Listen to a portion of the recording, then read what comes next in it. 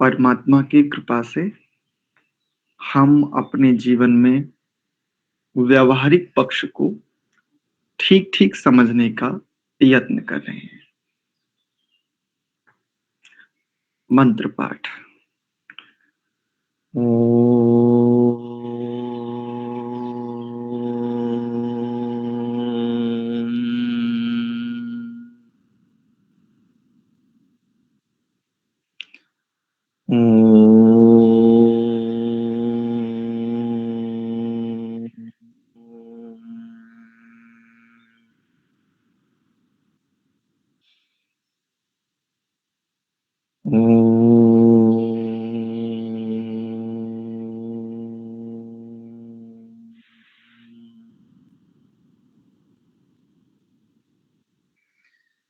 ॐ सहनाववतु सहनो भुनक्तु सह वीर्यं करवावहै तेजस्विनावधीतमस्तु मा विद्विषावहै।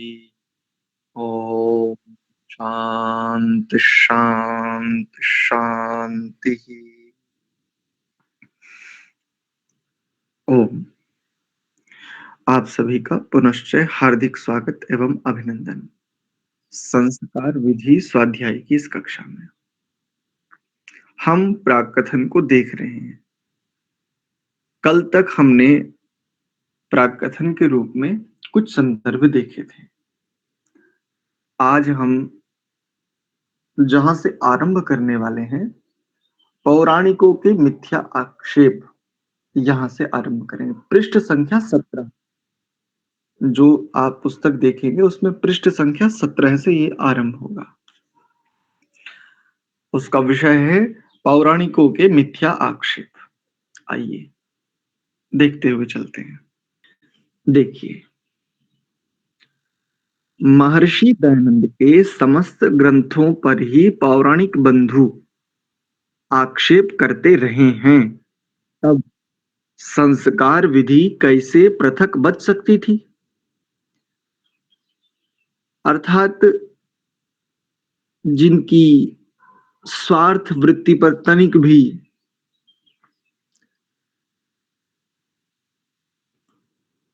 प्रहार होता है, उनको कष्ट होता है, क्योंकि स्वार्थ वृत्ति पर जब भी प्रहार होगा व्यक्ति तिलमिला जाता है और सत्य को समझते हुए भी उसका सत्य से कोई विशेष प्रयोजन ना होते हुए ऐसा हो जाता है और तब वो इस प्रकार की व्यावहारिकता दिखाता है, जो ठीक नहीं है। प्रायः बहुत प्रकार के पक्ष चलते हैं। अभी भी एक स्वामी अविमुक्तेश्वरानंद करके हैं, ये एक मठाधीश हैं। आश्चर्य ये होता है कि कोई ना जानने वाला व्यक्ति बात कहे तो एक बार समझ में आता है कि वो बेचारा अज्ञानी है, लेकिन जिनको शास्त्रों का थोड़ा समझ है, जो शास्त्रों को थोड़ा पढ़ समझ करके वहां तक की यात्रा उन्होंने तय की है, वो भी भ्रम में डाल रहे हैं और उसको वो शंका समाधान कह रहे हैं कि ये प्रश्न आया है अमुक व्यक्ति का और इनकी ये शंका है। जैसे पिछले दिनों मैंने भी वो 2-3 वीडियो देखे कि वेदों में मूर्ति पूजा नहीं है, और वेदों में मूर्ति पूजा वो किस मंत्र से सिद्ध कर रहे हैं? नमः शंभवाय च, इस मंत्र से, और ना जाने क्या क्या। अर्थात बालकों जैसी बातें हैं, विद्वान जैसी शैली ही नहीं है। मैं कहता हूं यदि कम से कम तुम्हें बुद्धू ही बनाना किसी को, तो बुद्धिमत्ता से तो बनाओ। कोई तर्क नहीं है, कोई बात में गंभीरता नहीं है, बस ऐसे ही कुछ भी। तो देखिए वो क्या वृत्ति होती है, उसके लिए ये सटीक शब्द देते हैं। पौराणिकों की छिद्रान्वेषण प्रवृत्ति कहें या मत्सर वृत्ति कहें। छिद्रान्वेषण कहते हैं दोष ही देखना अथवा ईर्ष्या भाव रखना। जलन कह सकते हो उसको, जेलेसी आंग्ल भाषा में कहें तो। ये प्रवृत्ति है जो भी पौराणिक परंपरा में, जिस भी परंपरा में है, प्रायः अधिकांश लोगों की ये प्रवृत्ति पाई जाती है, चाहे आपके रामभद्राचार्य हो, चाहे जितने भी ये स्वामी और जितने भी मठाधीश हैं, और तो और अच्छे अच्छे विद्वान जिनको मैं स्वयं गुरुकुलों में जब पढ़ते थे उस समय जिनको मैं आदर्श मानता था, जिनसे जिनसे वक्तव्य कला सीखी, ऐसे ऐसे लोग, वेदों में राधा है, वेदों में ये है, और भागवत में कहीं राधा नहीं है लेकिन वेदों में है। कमाल की बात है, जो पूरी भागवत राधा को केंद्र में रख करके आपने रची, उसमें कहीं राधा नहीं है लेकिन वेदों में राधा है। ऐसी ऐसी स्थितियां, मतलब जिनसे सच, मैं बिल्कुल सत्य कह रहा हूं, वक्तृत्व कला क्या होती है ये मैंने सीखी उनसे, और उनके कथन जब इस प्रकार के देखे, मैंने कहा बताइए, केवल एक जीवन के क्षुद्र स्वार्थ के लिए, और जिसमें कि कोई ऐसी स्थितियां नहीं है कि भूखों मर रहे हैं, उनके पास जितना ऐश्वर्य है ना, एक बहुत अच्छी कंपनी के पास उसका इतना टर्नओवर होता है, जितना पर्याप्त ऐश्वर्य ऐसे इन लोगों के पास में होता है प्रायः। तो ये या तो छिद्रान्वेषण प्रवृत्ति होती है, अर्थात दोष ही देखना, जलन रखना, सत्य को सत्य जानते हुए भी स्वीकार न करना, कारण वही स्वार्थ, वही निकृष्ट स्वार्थ। और एक है मत्सर वृत्ति, विरोधाभास रखना। ये छिद्राण यानी दोष देखना, केवल दोष ही देखना, बस सब में दोष देखेंगे, उनको सबसे पहले दोष ही दिखते हैं। आप 99 कार्य उत्तम करें तो 99 उत्तम कार्य नहीं दिखेंगे, एक कार्य भूलवशात या असावधानी से एक भी कार्य यदि उनसे तनिक भी कोई ऐसा व्यवहार, कोई ऐसी चेष्टा हो गई, तो वो 99 को छोड़ देंगे, एक को लेकर के वो आपको फिर टारगेट करेंगे, ये करते हैं। और ये केवल इनकी ही नहीं, ये लगभग मनुष्य की वृत्ति है, ये मनुष्य की मानसिकता है कि इसको सकारात्मकता पर चलने में ना जाने क्या समस्या होते, लेकिन नकारात्मकता की ओर यदि देखें, व्यापकता से देखें, तो नकारात्मकता की ओर बुद्धि जितना शीघ्र और जितना गहरा काम करती है, सकारात्मकता की ओर जाने में ना जाने क्यों इसे संकोच होता है। प्रत्येक की बात कर रहा हूं, मैं स्वयं की भी बात कर रहा हूं। कोई भी नकारात्मक पक्ष आ जाए तो उस पर हम बहुत गहनता में चले जाते हैं और घंटों निकल जाता है कई बार।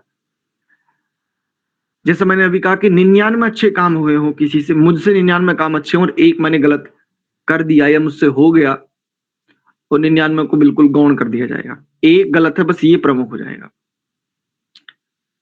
तो ये छिद्रान्वेषण प्रवृत्ति कहते हैं इसको, मत्सर वृत्ति। और फिर इस एक गलत के कारण जो फिर व्यवहार किया जाता है उसको कहते हैं मत्सर वृत्ति, द्वेष भाव।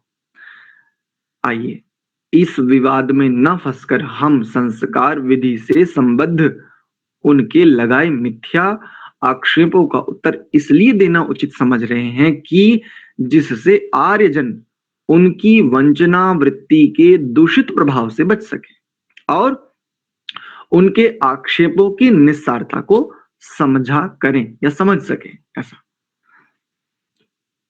वंचना वृत्ति, वंचना वृत्ति क्या कहते हैं? केवल सीधे सरल शब्द में कहूं, फंसाए रखना, भ्रमित करना, सत्य के अर्थ को तोड़ मरोड़ करके प्रस्तुत करना। जैसे मैंने अभी कहा कि जो भागवत राधा नामक स्त्री को केंद्र में रख करके रची गई, यद्यपि अगर देखे तो वो उसमें राधा भी केंद्र नहीं, उसमें केंद्र तो कुछ और ही है, उसमें केंद्र तो कुछ और ही स्थितियां हैं, उसको बुद्धि का दिवालियापन कह सकते हैं। तो वहां तो एक स्थिति अलग है, लेकिन वंचना वृत्ति किसे कहते हैं? जैसे अभी मैंने एक उदाहरण दिया, स्वामी अविमुक्तेश्वरानंद जी, और वो नमः शंभवाय च इस मंत्र से कह रहे हैं इसमें मूर्ति पूजा है, इसमें पाषाण पूजा है। अब पाषाण पूजा अर्थात पाषाण की पूजा किसके तुल्य करना? ईश्वर के तुल्य। देखो, मूर्ति पूजा से मेरा भी कोई विरोध नहीं है, ध्यान रखिए। मूर्ति शब्द के कई अर्थ होते हैं। मूर्ति जड़ वस्तु को भी कहते हैं, मूर्ति चेतन को भी कहते हैं। अर्थात जैसे कहते हैं ये तो साक्षात मेरे लिए दिव्य मूर्ति है, ऐसा प्रयोग होता है ना। ये तो मेरे लिए अन्नपूर्णा मूर्ति है, ये तो मेरे लिए साक्षात प्रभु की समान भगवान के जैसे हैं, इन्होंने तो मेरे जीवन में बहुत सहयोग किया है, मुझे अनेकों दोषों से इन्होंने बचाया, इत्यादि। तो मूर्ति शब्द का अर्थ जड़ वस्तु में भी ले सकते हैं और किसी मनुष्य के लिए भी मूर्त ऐसा प्रयोग मिलता है।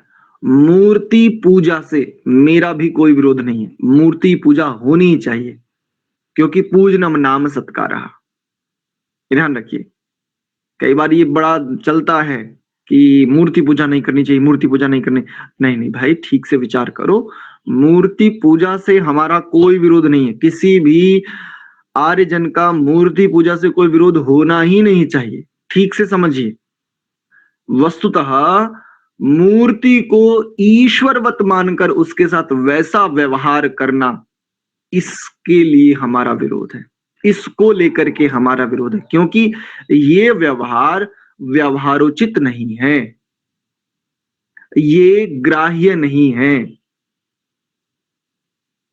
ये वेद के विरुद्ध है। क्यों? संक्षेप में कह रहा हूं और तर्क भी दूंगा कि क्यों ऐसा कह रहा हूं। देखो, क्यों ठीक नहीं है? ईश्वर सर्वव्यापक हैं, ईश्वर सर्वज्ञ हैं, ईश्वर सर्वशक्तिमान हैं।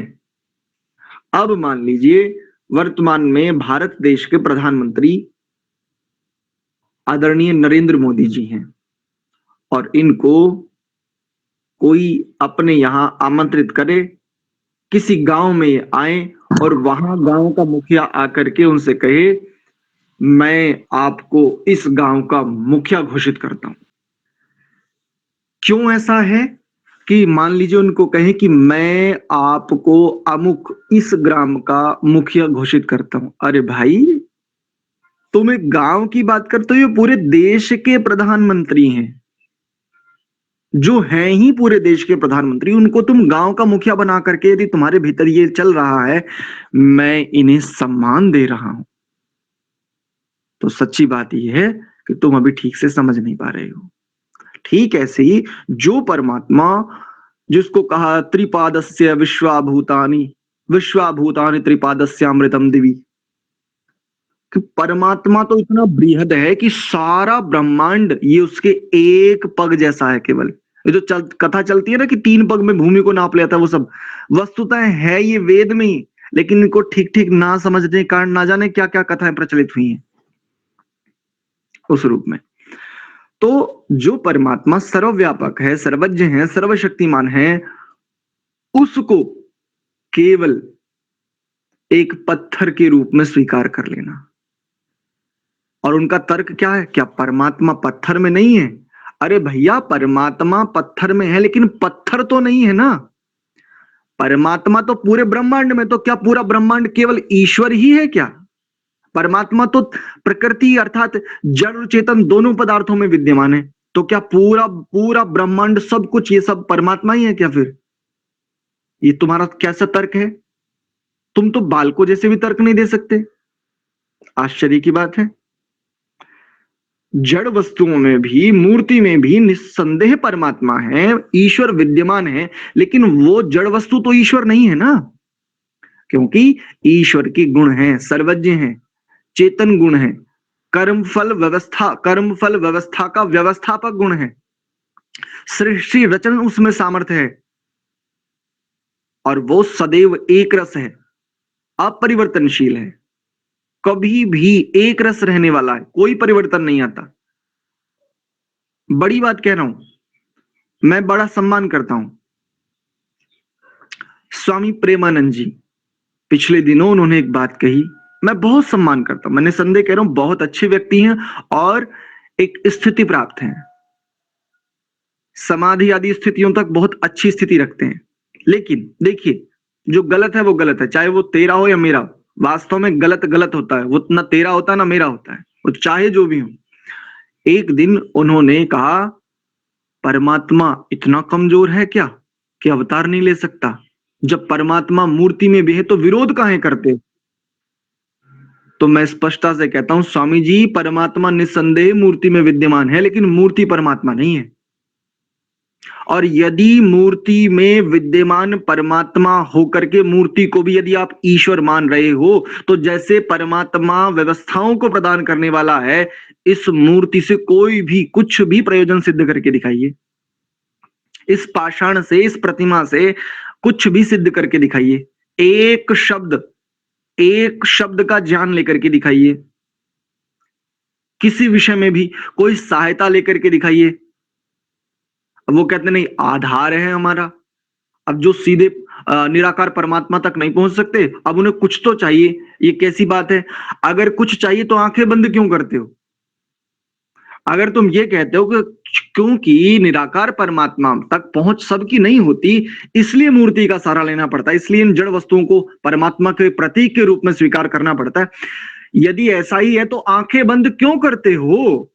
जब तुम भक्ति में गहनता से डूबते हो तब आंखें क्यों बंद होती हैं फिर? यदि साकार वस्तु में तुम निराकार का प्रतिबिंब मान भी रहे हो अभ्युपगम से थोड़ी देर के लिए, आंख क्यों बंद करते हो फिर? और एक और तर्क देता हूं, तुम कहां विद्यमान हो? तुम इस शरीर में कहां विद्यमान हो? तुम अर्थात आत्मा, अर्थात चेतन। तुम इस शरीर में हो और इस शरीर में कहां विद्यमान हो? जहां तुम विद्यमान हो वहीं जिसको तुम पाना चाहते हो उसकी भी उपस्थिति वहां भी होनी चाहिए, क्योंकि शरीर साधन है, शरीर से प्राप्त होता है, शरीर प्राप्त नहीं करता, ध्यान रखिए। आत्मा शरीर से प्राप्त करता है, शरीर से समाधि में प्रत्यक्ष करता है।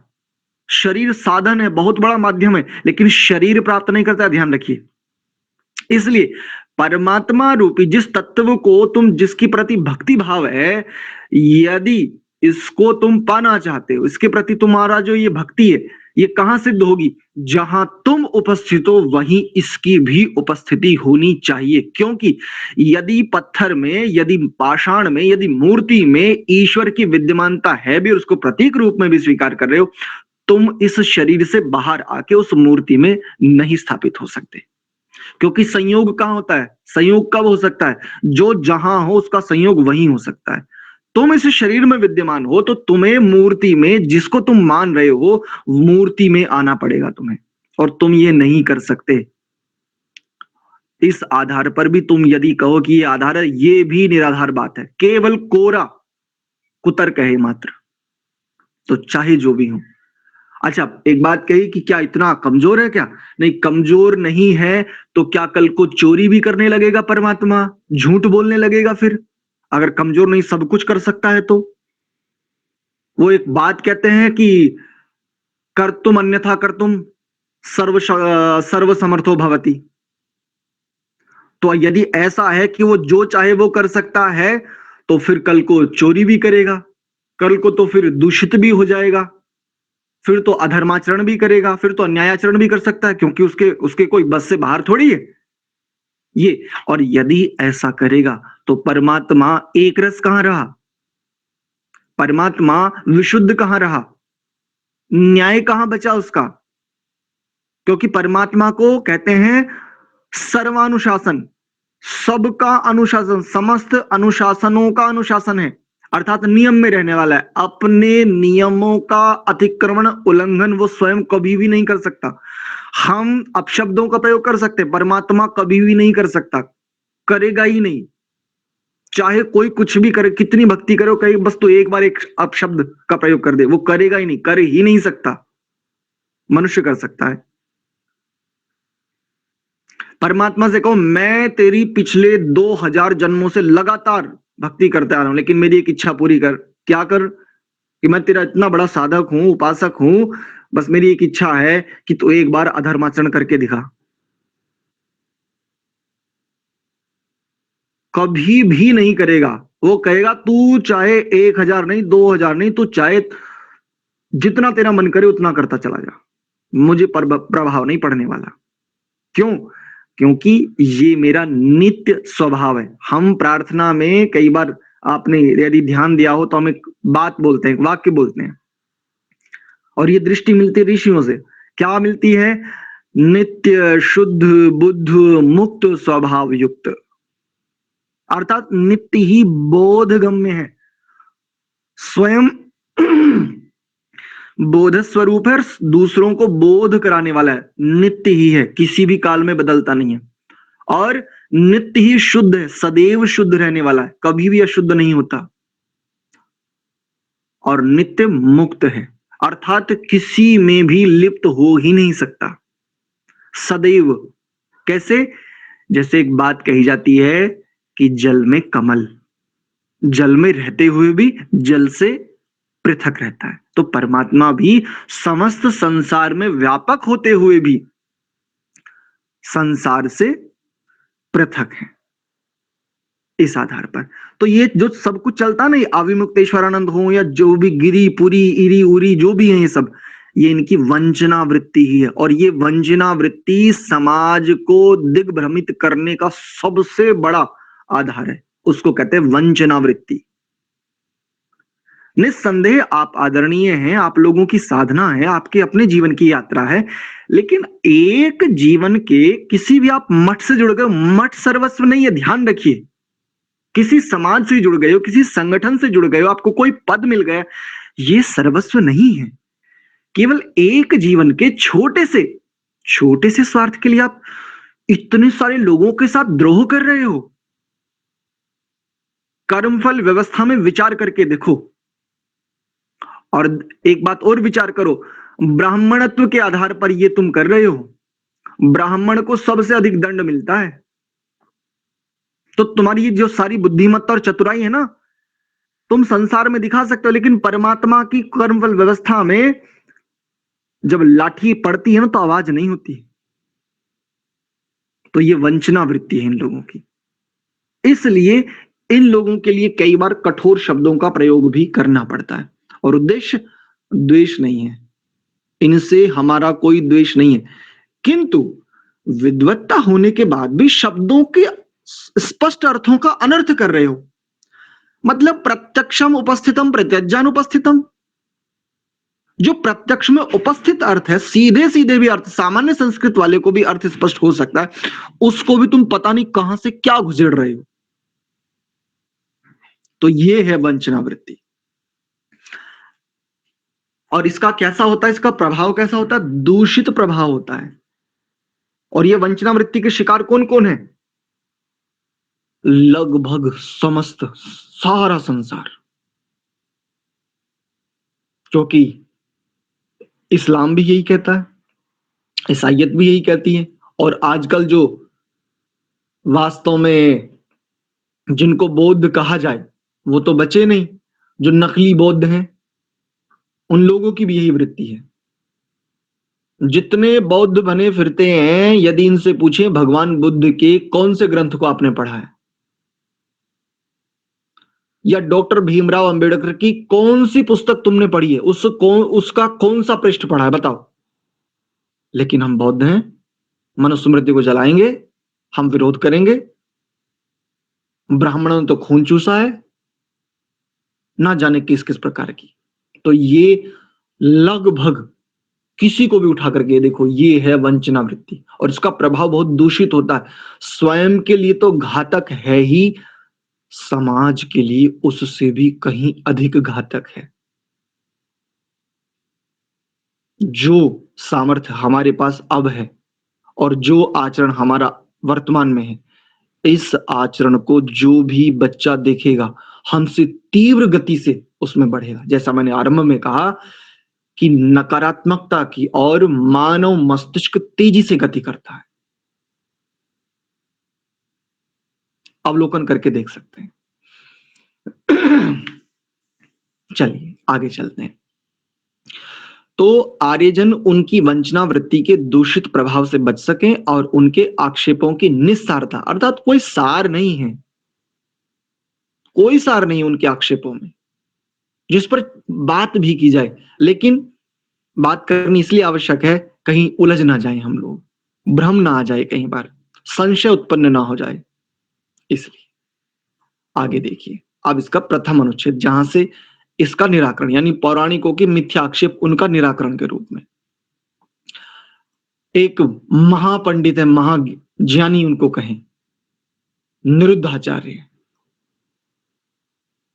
उन्होंने भी पिछले दिनों इस प्रकार के कई सारे आक्षेप लगाए थे। आपको बड़ा सुंदर प्रत्युत्तर मिलेगा, आगे ही देखेंगे। छुरे को नमस्कार, ये सब यहाँ पर जड़ पूजा नहीं है, ना जाने किस किस से वो सिद्ध करते हैं। आपको बहुत आनंद आएगा आगे कि यदि तुम मूर्ति पूजा को नहीं मानते तो देखो तुम्हारे ही स्वामी दयानंद ने छुरे को नमस्कार करने के लिए लिखा है, तो क्या छुरा जड़ वस्तु नहीं है? और जब छुरे को नमस्कार कर सकते हो तो हम तो फिर भी परमात्मा को उसमें मूर्ति में या पाषाण वस्तु में हम तो फिर भी परमात्मा को स्वीकार करके, ऐसे ऐसे आक्षेप। तो आगे एक एक कर उसका निराकरण करते चलते हैं। देखिए यहां से, क्योंकि आर्य समाजी वेदों को ही स्वतः प्रमाण मानते हैं, परम प्रमाण वेद को मानते हैं, और आर्य समाजी यद्यपि ये शब्द केंद्र में रख करके इसको आर्य समाजी ले लीजिए या इसके स्थान पर इसको और व्यापकता से देखें तो जो वास्तव में सनातनी है। सनातनी कौन? जो वेदों के प्रति श्रद्धा रखता हो, वेदों के अनुसार अपना आचरण रखता हो, वेदों को परम प्रमाण के रूप में स्वीकार करता हो। परम प्रमाण किसको कहते हैं? तो देखो, जो स्वयं को भी प्रकाशित करे और अन्यों को भी प्रकाशित करे उसको कहते हैं परम प्रमाण। स्वतः प्रमाण ऐसा कह सकते हो। स्वतः प्रमाण किसको कहते हैं? जैसे सूर्य, सूर्य स्वयं को भी स्वयं के प्रकाश से प्रकाशित करता है और संसार के समस्त पदार्थों को भी अपने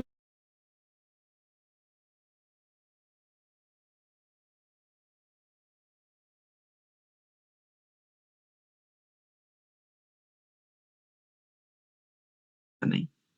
तो परम प्रमाण या स्वतः प्रमाण किसको कहते हैं? जो स्वयं को भी प्रकाशित कर देवे और अन्यों को भी अपने ही प्रकाश से प्रकाशित करता हो। तो सनातनी या आर्य समाजी भी ले लीजिए, वेदों को ही स्वतः प्रमाण मानते हैं। अब एक यहां से एक परिभाषा ले लीजिए, जो कोई कहे कि सनातनी हो, तो सनातनी होने का अर्थ है जो वेदों को परम प्रमाण और वेदों के अनुसार जो जो ग्रंथ हैं उनको परतः प्रमाण के रूप में स्वीकार करता हो। स्वतः और परतः, स्वतः मतलब जो स्वयं और दूसरों अन्यों को ठीक ठीक प्रकाशित करता हो उसको स्वतः, और परतः यानी उसके अनुसार, किसके? वेदों के अनुसार।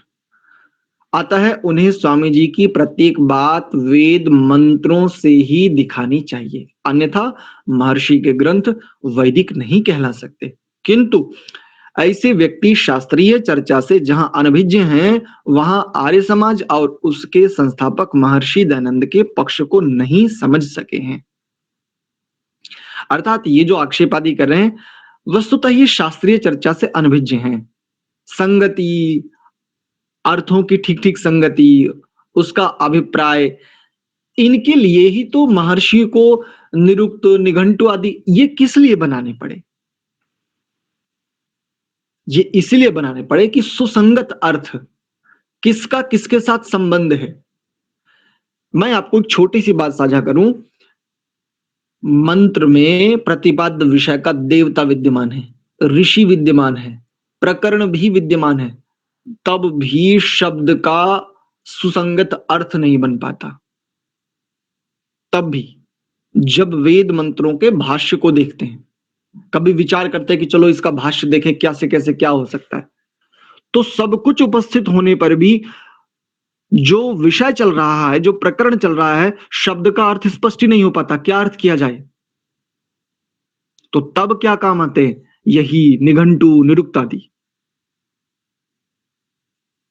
ये सुसंगत अर्थों में बहुत सहयोग करते हैं। तो देखिए, महर्षि ने अपनी मान्यता को बहुत ही स्पष्ट करके लिखा है। क्या लिखा है? तो संस्कार विधि के पृष्ठ संख्या 3 पर हम देखेंगे, आगे पढ़ेंगे जब भूमिका में। तो देखिए क्या है, वेदादि शास्त्र सिद्धांतम अध्याय परमादरात आर्ययेति ह्यम पुरस्कृत्य शरीरात्म विशुद्धे। क्या कह रहे हैं? अर्थात वेदादि शास्त्रों का परम आदर से चिंतन करके, वेद आदि, वेद और वेद के अनुकूल जो भी अंग उपांग आदि हैं। अंग कहते हैं शिक्षा, कल्प, व्याकरण, निरुक्त, छंद, ज्योतिष, और उपांग कहते हैं जो षड्दर्शन है इनको, और इसके उपरांत उपनिषद, ब्राह्मण ग्रंथ इत्यादि इत्यादि, इन सबको। तो वेदादि शास्त्रों का परम आदर से चिंतन करके आर्यों के, आर्य अर्थात श्रेष्ठों के, इतिहास अनुकूल शरीर और आत्मा की शुद्धि के लिए यद यन्मेध्यमत्र तदुच्यते, जो जो पवित्र बातें लिखी हैं, जो जो पवित्र बातें हैं उन्हें यहाँ कहा जाता है। इससे स्पष्ट है कि महर्षि ने संस्कार विधि में उन पवित्र बातों को कहा है जो वेदादि शास्त्रों के अनुसार आर्यों में प्रचलित थी। वेदादि शास्त्रों को परम आदर से चिंतन करने की बात कह रहे हैं। अब जितने भी लोग हैं, गिरी, पुरी, मठाधीश, शंकराचार्य जी, जो भी कोई है, जो भी कोई XYZ, वेद की सब बात करते हैं। मुसलमान कहता है कि वेद में मोहम्मद है, वेद में देखो मक्का का नाम है, मदीना का नाम है, शत मदीना श्याम शरदा शतम, कहते देखो तुम्हारे वेद में ही मदीना का नाम है। अगर तुझे वेद से इतना प्यार है तो सीधे वेद को स्वीकार क्यों नहीं कर लेता? फिर क्यों अल्लाह और मुल्ला के चक्कर में पड़ा हुआ है भाई? ईसाई कहता है ईशावास्यम इदम सर्वम, देखो हमारे यीशु का वेद में आता है नाम। वेद इतना प्रिय है तो क्यों मरियम और इसके यहोवा इन सब के चक्कर में पड़ा हुआ है बिना मतलब के? वेद को स्वीकार क्यों नहीं करता? अगर तुझे वेद से इतनी रुचि है कि प्रमाणित करने के लिए तू कहता है कि हाँ वेद में है, और अब आ जाओ इनकी अपने वालों की जितने भी हैं, वेद को परम प्रमाण मानते हो तो वेद को स्वीकार क्यों नहीं करते? ऋषियों को परता प्रमाण के रूप में सब श्रद्धा रखते हो, गौरवान्वित तो होते हो कि हम उसके वंशज हैं, हम पाराशर के वंशज हैं, हम कपिल के वंशज हैं, हम इसके वंशज हैं, हम भारद्वाज के वंशज हैं।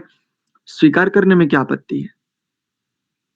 वेद को परम प्रमाण मानते हो, वेद की क्यों नहीं मानते हो?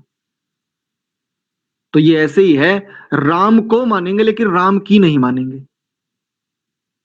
कृष्ण के नाम पर खूब अच्छे से बढ़िया व्यापार बढ़ाएंगे, खूब अच्छे से बिजनेस करेंगे, कृष्ण की नहीं मानेंगे। तो कृष्ण को मानूंगा लेकिन कृष्ण की नहीं मानूंगा, बस ये है वंचना वृत्ति। गाय को मानूंगा लेकिन गाय की नहीं मानूंगा, गाय को माता कहूंगा, ये कहूंगा, वो कहूंगा, लेकिन सामर्थ्य होते हुए भी एक गाय की रक्षा नहीं करूंगा।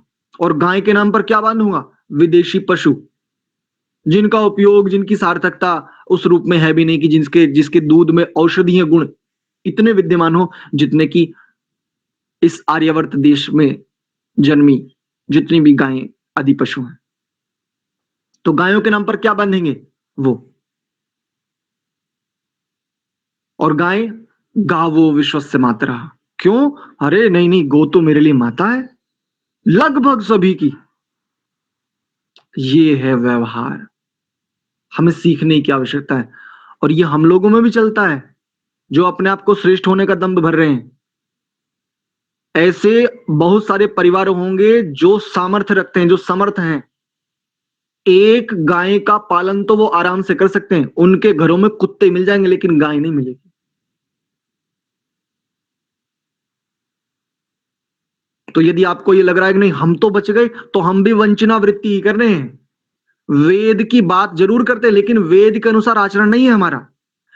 मैं कहता हूं मैं ये शास्त्र आदि के इसके इसके चिंतन अध्ययन आदि में लगा हूं, कोई यदि मुझे ये कहे कि आचार्य जी ये आपके लिए गाय है, क्योंकि मेरा सामर्थ्य अभी नहीं है वास्तव में कि मैं गाय खरीद सकूं, मेरे पास स्थान भी नहीं है अभी, और अन्य पिछली कई सारी ऐसी कष्टों का सामना कर रहे हैं।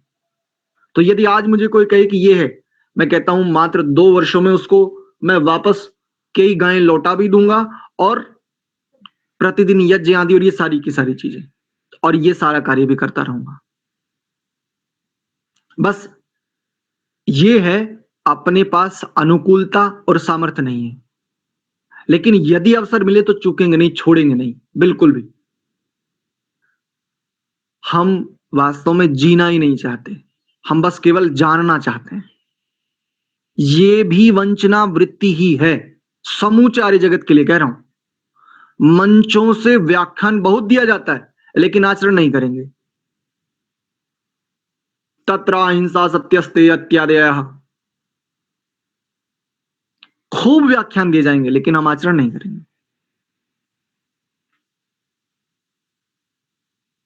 तो ये भी वंचना वृत्ति है। तो वेदादि शास्त्रों का परम आदर, अर्थात उनके अनुसार जितना हम कर सकते हैं वो तो हम अवश्य ही करें, क्योंकि जीवन एक नहीं है। पूर्व जन्म कृत जो भी शुभ अशुभ था उसका प्राकट्य वर्तमान में है, और वर्तमान में जो भी शुभाशुभ होगा उसका प्राकट्य भविष्य में होगा। जब ये स्पष्ट है ही, सीधी सरल सी बात, जब इतनी बात स्पष्ट है तो काहे की चिंता करने, क्यों चिंता करना? ये प्रतिष्ठा, ये पद, ये जॉब, ये ट्रेंड, ये सब कुछ स्थायी नहीं है। ये जीवन भी स्थायी नहीं है। मैं कहूं मैं कल तक जीवित रहूंगा, आवश्यकता नहीं है। एक छोटी सी बात साझा करता हूं। आज यद्यपि हमने स्वाध्याय इस पुस्तक के आधार पर कम किया, लेकिन कुछ निराकरण अत्यंत आवश्यक थे। मैं प्रातः लगभग 2:30 बजे के आसपास उठा। उठ करके सबसे पहले थोड़ा देखा शास्त्र को, फिर जो पिछली वाली कक्षा थी उसको अवलोकन किया एक बार, फिर स्वाध्याय करने बैठ गया। लगभग 4 बजे के आसपास मुझे धीरे धीरे मुझे मस्तिष्क में कुछ ऐसा लगने लगा जैसे मुझे चक्कर आ रहे हैं। मैं लेट गया, और सत्य कह रहा हूं 5:13 पे जैसे मैं उठ करके चला कि चलो एक बार कम से कम पैरों पे पानी डाल करके देखूं ये मुझे चक्कर क्यों आने हैं बहुत तेजी से, मैं अचानक गिरने वाला था। 5:23 पे मुझे ये आया कि संदेश डाल देते हैं कि आज की कक्षा को स्थगित रखते हैं। ये आज ही की घटना बता रहा हूं। लेकिन फिर एक आचरण साझा कर रहा हूं, ये आंतरिक बात साझा कर रहा हूं। इसलिए नहीं कि आप मुझे श्रेष्ठ मानो, मुझे आप कुछ भी मत मानो, बस मैं आपके मानने से ना मानने से मेरे ऊपर कोई प्रभाव नहीं आएगा, लेकिन एक चेतन होने के नाते आचरण ही सर्वत्र पूजनीय होता है, और श्रेष्ठ आचरण ही पूजनीय होता है। और वास्तव में जो हमने कल कहा था कि श्रद्धा अर्थात स्तुति, तो श्रद्धा तो सत्य के प्रति होती है, व्यक्ति या शरीर आदि के प्रति नहीं, उसके श्रेष्ठ आचरण के प्रति होती है। 5:27 पर मैं जप कर रहा था कि चाहे जो स्थिति हो, उसके बाद चाहे घंटा 2 घंटा चाहे मैं बिल्कुल विश्राम स्थिति में रहूं, लेकिन कक्षा ले सकूं, बस अब इतनी सहायता तो करो। और उसके बाद आपके समक्ष उपस्थित हूं। जीवन आज है, अभी ना रहे कोई फर्क नहीं पड़ता। मैं अपने प्रभु से, मैं अपने पिता से, मैं अपने मित्र से, सखा से, बंधु से, हितैषी से इतना प्रेम करता हूं, उसने दिया है ना, तो मुझे चिंता किस बात की? तुझे तुझे लेना है, ये शरीर का काम पूरा होगा, ठीक है तू ले ले। तू नहीं दिया है, तू ही ले रहा है, फिर तू नहीं देना है, फिर मैं चिंता क्यों करूं? हाँ, इसकी रक्षा करना मेरा कर्तव्य है, मेरा धर्म है, क्योंकि प्रभु ने बड़ी कृपा से दिया है। एक छोटी सी किडनी अगर ट्रांसप्लांट करानी हो तो लाखों रुपए खर्च होते हैं। प्रभु ने तो अनमोल देह प्रदान किया है, और इसमें देह का तो चलो फिर भी कुछ मूल्य लगा सकते हो सांसारिक दृष्टि से, बुद्धि का क्या मूल्य लगाओगे? मन का क्या मूल्य लगाओगे? चित्त का क्या मूल्य लगाओगे? इंद्रियों का क्या मूल्य लगाओगे, इत्यादि। तो इसकी रक्षा करना मेरा परम कर्तव्य है, किंतु इसके प्रति मेरा कोई आसक्ति भाव नहीं है। रहे ना रहे, मैं अपना कर्तव्य नहीं छोड़ूंगा। तो जीवन के प्रति ये वाला भाव होना चाहिए। किसी को भी उठा करके देखो, अपने पूर्वजों को, किसी को भी, समूचे आर्य जगत के लिए कह रहा हूं ये, जो अन्य परंपरा वाले लोग जुड़े हैं उनको तो चलो वो तो सामान्य ही है, उनके लिए तो कोई इस प्रकार की बात नहीं, लेकिन जिन पर तुम गर्व करते हो, स्वामी श्रद्धानंद, पंडित लेखराम, पंडित गुरुदत्त विद्यार्थी, महाशय राजपाल, पंडित चमुपति एमए, महात्मा हंसराज, पूरी श्रृंखला को ले लीजिए, श्यामजी कृष्ण वर्मा, सुभाष चंद्र बोस, किसी को भी ले लीजिए, किसी को भी, जीवन को बिल्कुल, मृत्यु और जीवन में कोई भेद नहीं रखा। तुझे चाहिए बिल्कुल ले ले, कोई कोई मोह नहीं है जीवन से। चंद्रशेखर आजाद की मां कहती है, आजाद एक बार मिलना चाहेगा मुझसे? नहीं। क्यों? देख, मैं तेरी सेवा कर नहीं पाया और इस समय मैं भारत मां की सेवा में लगा हुआ हूं, तो अगर मैं तुझे मिलूंगा भी तो मुझे कष्ट होगा। क्या? कि मैं तेरी सेवा नहीं कर पाया, इसलिए मैं तुझसे मिलना नहीं चाहता, मुझे इस जीवन के लिए क्षमा कर देना। पंडित राम प्रसाद बिस्मिल, सरफरोशी की तमन्ना अब हमारे दिल में है, देखना है जोर कितना बाजुए कातिल में। तुम क्या कर सकते हो भाई? तुम मुझे नहीं मार सकते, ये शरीर है, इसके प्रति मेरा कोई विशेष मोह नहीं है। परमात्मा का प्रिय सखा हूं और परमात्मा मेरा प्रिय सखा है, यूं चुटकियों में, इससे उत्तम लेकर के आऊंगा और इससे और बल सामर्थ्य के साथ उपस्थित होऊंगा, छोड़ूंगा तब भी नहीं, क्योंकि ये मेरा संकल्प है। और फांसी के फंदे को चूम करके, जानते हो क्या भाव रहा होगा, कितना उत्साह रहा होगा फांसी के नाम से। हमें अगर 1 महीने की जेल तो छोड़ो, अगर हमें ये पता चल जाए कि अभी बाहर पुलिस खड़ी और हमें अरेस्ट करने के लिए आई है, हाथ पैर फूल जाते हैं। लेकिन सोचो वहां पर फांसी को फंदे को चूम रहा है, क्या भाव रहा होगा, कितना उच्च भाव रहा होगा, भाव रहा होगा, चेतना किस स्तर पर स्पंदित हो रही होगी उस समय, इत्यादि। तो हम जितना कर सकते हैं हम स्वयं करें, यदि हम नहीं कर सकते उन लोगों को सहयोग दे दो जो कर सकते हैं। जब मैं अपने विषय में एक बात कह रहा हूं कि मेरे पास स्थान भी नहीं है और मेरा शरीर भी हमें अनुकूल नहीं है, लेकिन यदि कल कोई मुझे कहे कि आचार्य जी ये हमारी तरफ से आपके लिए छोटा सा सहयोग, हम वैसे तो कुछ नहीं कर सकते लेकिन छोटा सा ये सहयोग है आपके लिए,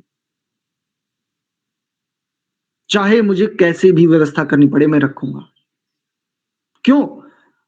मैं जो कह रहा हूं यदि मैंने उसको जिया ही नहीं, जो मैं जान रहा हूं, जो मैं जानने की चेष्टा कर रहा हूं, यदि वो मैंने जीवन में जिया ही नहीं, धारण ही नहीं किया, तो मैं भी वही कर रहा हूं, वांछना वृत्ति। और हम सबको बचना है। केवल ये होता है कि जब खंडन होता है तो हमें बड़ा स्वाद आता है कि वाह वाह बहुत बढ़िया, दूसरों का कितना खंडन हो रहा है, इसमें हम सुख लेते हैं।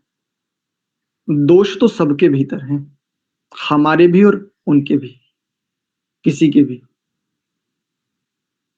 दोषों से मुक्त कोई नहीं है,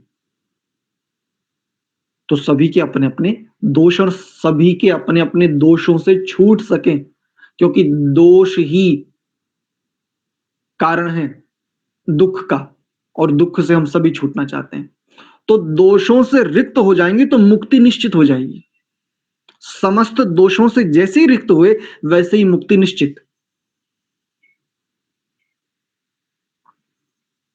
स्वामी जी से मैं बहुत प्रेरणा लेता हूं, जैसे मैंने कहा स्वामी प्रेमानंद जी महाराज, मैं उनका एक वीडियो देख रहा था, उन्होंने कहा कि मैं बहुत, एक व्यक्ति ने प्रश्न किया कि स्वामी जी मैं बहुत अधम हूं, मुझसे बहुत पाप हुए हैं, तो जब भी मैं कभी भजन करने बैठता हूं तो मन ये कहता है कि नहीं तुम्हें तो प्राप्ति नहीं हो सकती क्योंकि तुमने बहुत पाप किए हैं, बहुत अधम हो।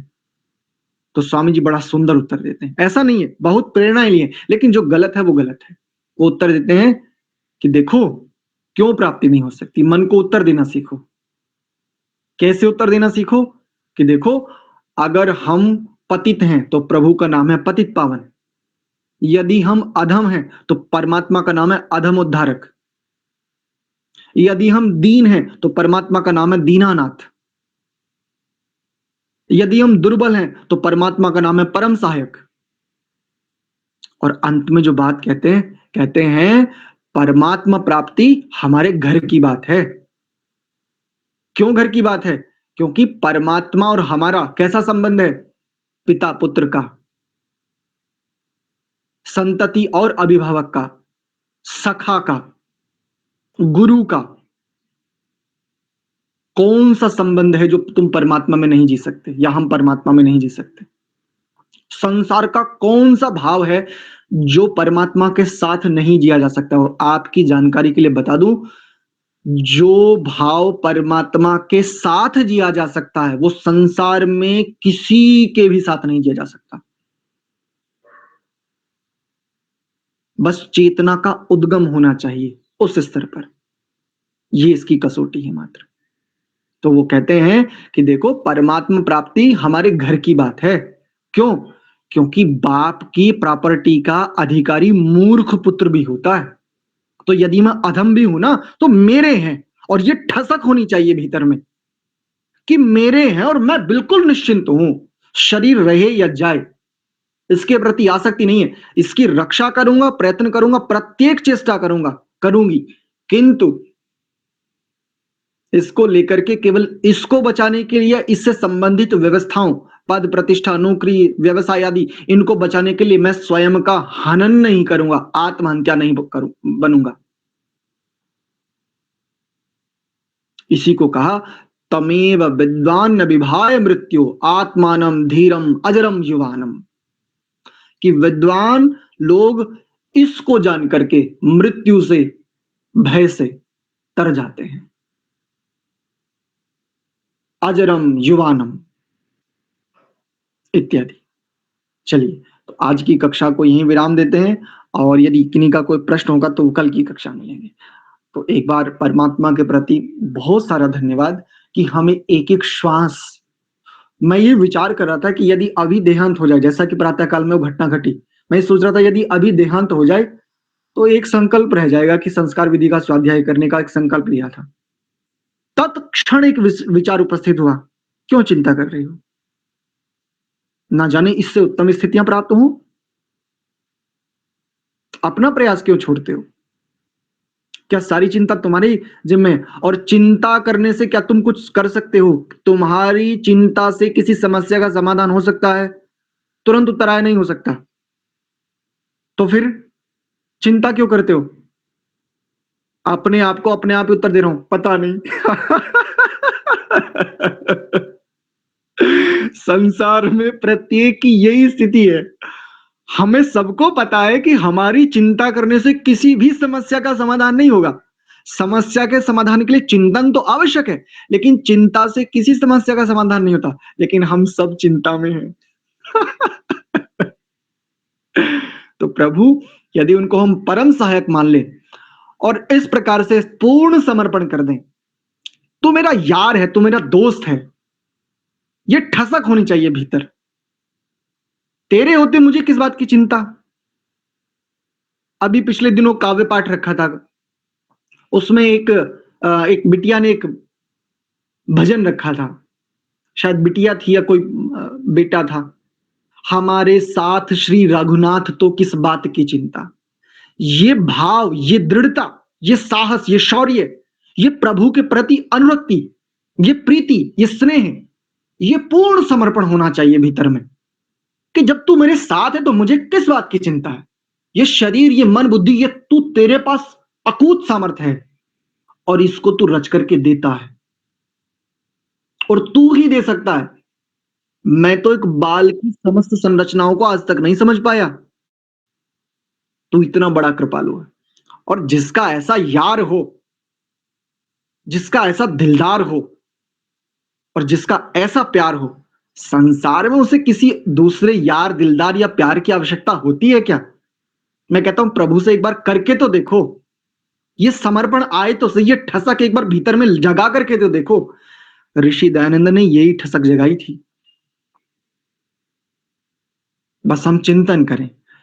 जब खंडन हो रहा हो तो सुख ना लें उसमें, ये ध्यान करें, ये विचार करें हम, दोष तो मुझ में भी है। मैं अपनी भी कह रहा हूं, जिसको आज वर्तमान में तुम राजन नाम से जानते हो। समाधि प्राप्त नहीं हूं मैं भी, मैंने भी कोई मोक्ष को प्राप्त नहीं कर लिया, जिसको मैं कहता हूं रिक्ति, तो मैं भी दोषों से रिक्त नहीं हुआ हूं। अनेकों संस्कारों के साथ संघर्ष चल रहा है, अभी भी निरंतर चल रहा है, और अधिकांश कई बार पराजय पराजय का सामना करना पड़ता है। कोई बात नहीं, तो उसका अर्थ ये थोड़ी है कि निराश हताश हो जाऊं। अस्तु, चलिए, तो आज बहुत अच्छी एक स्थिति आपके साथ साझा की, आचरण साझा किया। आशा है और परमात्मा ऐसी कृपा करें कि हम लोगों का आचरण, बहुत कुछ जानिए मत, स्पष्टता से कह रहा हूं, भले ही एक शब्द जानिए, पूरे जीवन में एक शब्द, लेकिन उस एक शब्द को जी लीजिए, आनंद आएगा, तृप्त हो जाएंगे, सम्यक तुष्टि मिलेगी, जिसको आप संतुष्टि कहते हो। एक शब्द, केवल एक शब्द, मैं कहता हूं केवल एक शब्द, प्रेम शब्द को समझ लीजिए और प्रेम करके देखिए। प्रेम कहां पर, प्रेम का आधार क्या है, प्रेम का माध्यम क्या है वर्तमान में? देह आसक्ति। ये ध्यान रखिए, प्रेम देह का आकर्षण नहीं है, प्रेम का संबंध देह से है ही नहीं। देह तो साधन है प्रेम को प्रस्फुटित करने का, उस स्पंदन को अनुभूत करने का साधन है देह।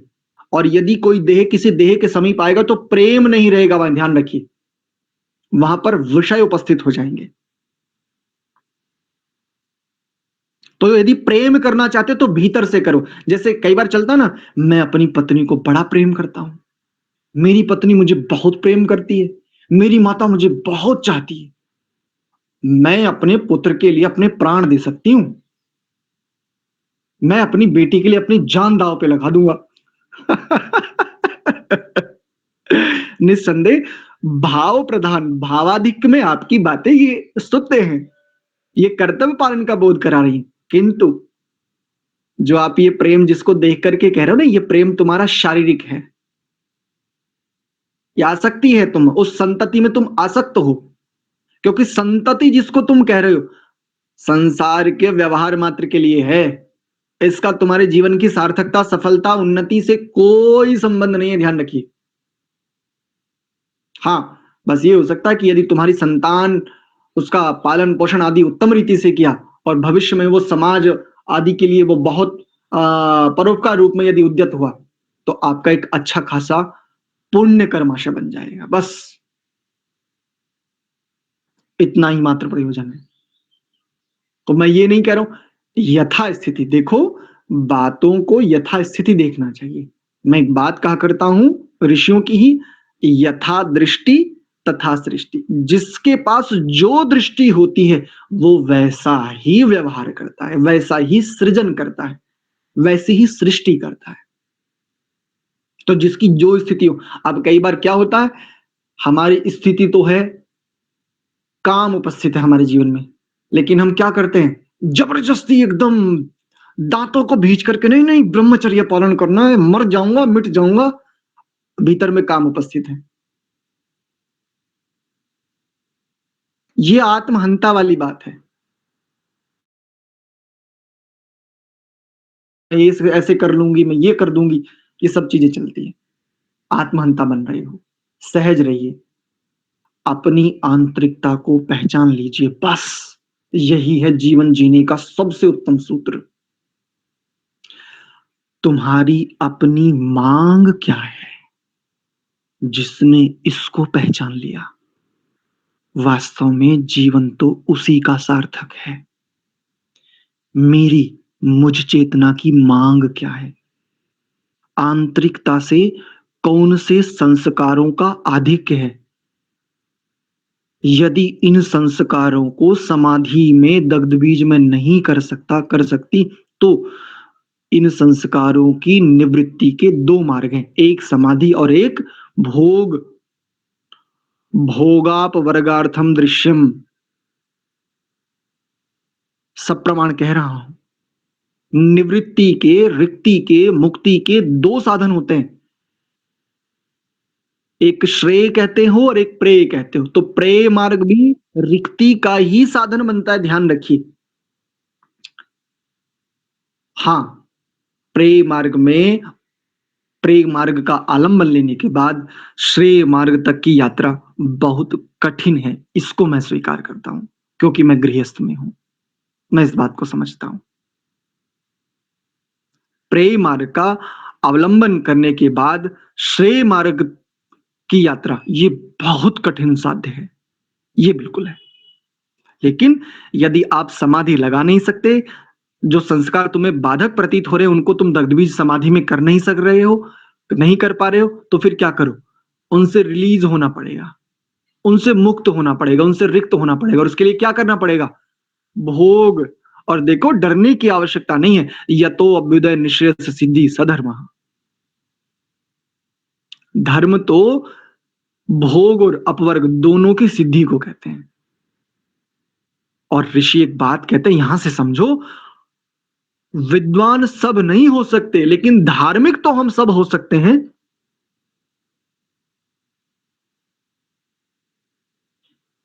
तो तमेव विद्वान न विभाय मृत्यु, वो मृत्यु से भी नहीं डरता है विद्वान।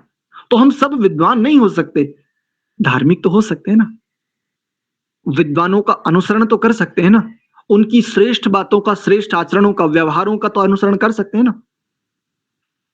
अस्तु, तो आज कक्षा को यहीं विराम देते हैं।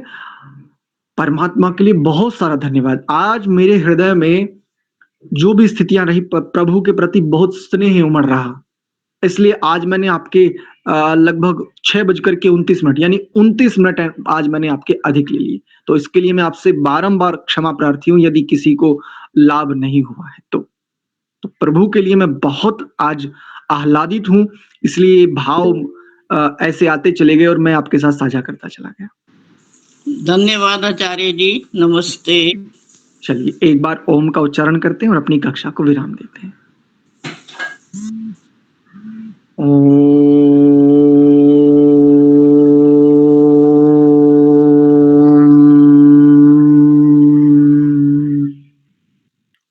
शांति शांति शांति। सर्वेभ्यो नमः। आप सभी को बहुत बहुत धन्यवाद। सादर नमस्ते, प्रणाम।